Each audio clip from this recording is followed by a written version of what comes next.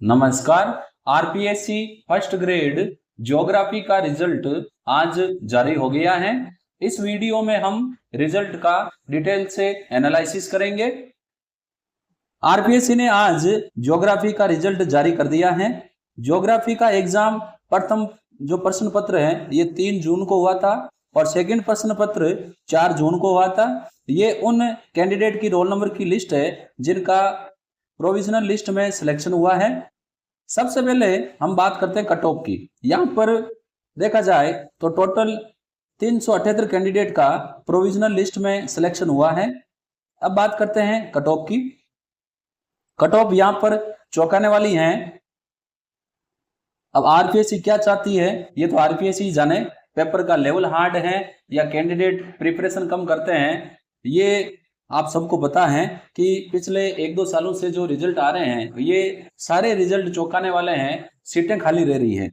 यदि हम जनरल की कट ऑफ की बात करें तो जनरल में जिन कैंडिडेट ने मिनिमम 40% मार्क्स दोनों पेपर में प्राप्त किए हैं उन सभी का जनरल में सिलेक्शन हुआ है। विडो और डाइवर्सियल कैटेगरी में कोई भी कैंडिडेट सेलेक्ट नहीं हुआ है।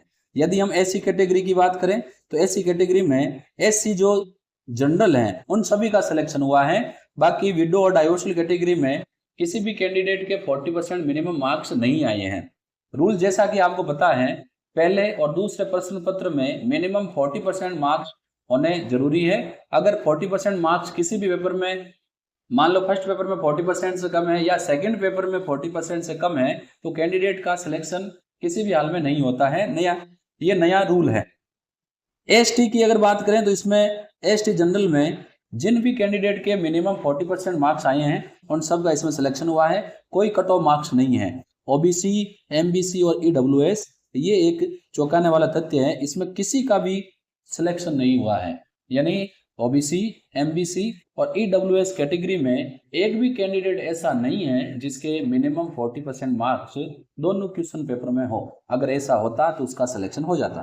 तो ईडब्ल्यूएस, ओबीसी और एमबीसी की जो सीटें हैं ये खाली रहेगी, जैसा पॉलिटिकल साइंस में देखने को मिला।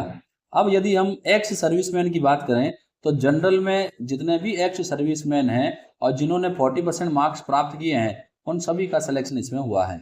बाकी अन्य कैटेगरी जो सर्विसमैन की हैं या फिजिकल हैंडीकैप्ड की हैं इनमें किसी भी कैंडिडेट के मिनिमम 40% मार्क्स नहीं है, अर्थात सीटें खाली रहेगी।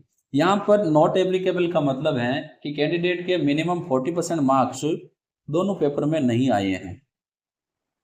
और ऑल का मतलब है कि वह कैंडिडेट जिन्होंने मिनिमम 40% से अधिक मार्क्स दोनों पेपर में प्राप्त किए हैं वो सभी इसमें सिलेक्ट हैं।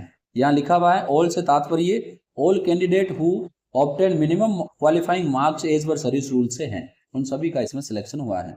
तो जिन भी कैंडिडेट का प्रोविजनल लिस्ट में सिलेक्शन हुआ है उनको मेरी तरफ से अग्रिम शुभकामनाएं। अब आपको जो सिलेक्शन होने के बाद जो करने योग्य कार्य हैं वो ये हैं कि आपको अपनी SSID पर लॉगिन करके रिक्रूटमेंट पोर्टल पर माय रिक्रूटमेंट में जाकर डिटेल फॉर्म कम स्क्रूटनी फॉर्म पर जाकर अप्लाई नाउ पर क्लिक करना है और वहां पर जाकर आपको 22 अगस्त से 28 अगस्त मध्य रात्रि तक लिंक आपके ओपन रहेगा। वहां पर जाकर आपको फॉर्म भरना है और फॉर्म की 2 कॉपी आपको बनाकर रखनी है।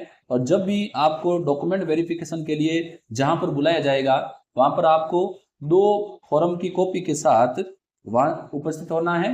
हर एक डॉक्यूमेंट की फोटोकॉपी सेल्फ अटेस्टेड होनी चाहिए। तो एक बार फिर जिन कैंडिडेट का प्रोविजनल लिस्ट में सिलेक्शन हुआ है उनको बहुत बहुत शुभकामनाएं। हालांकि रिजल्ट जो है वो चौंकाने वाला है।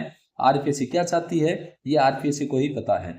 वीडियो को लाइक करें, अपने फ्रेंड्स के साथ शेयर करें और यदि अभी तक आपने मेरे यूट्यूब चैनल को सब्सक्राइब नहीं किया है तो ऐसे ही और वीडियोस प्राप्त करने के लिए आप मेरे यूट्यूब चैनल को सब्सक्राइब करें। मैं सुशील कुमार जांगीड़ आपको फिर मिलूंगा। धन्यवाद।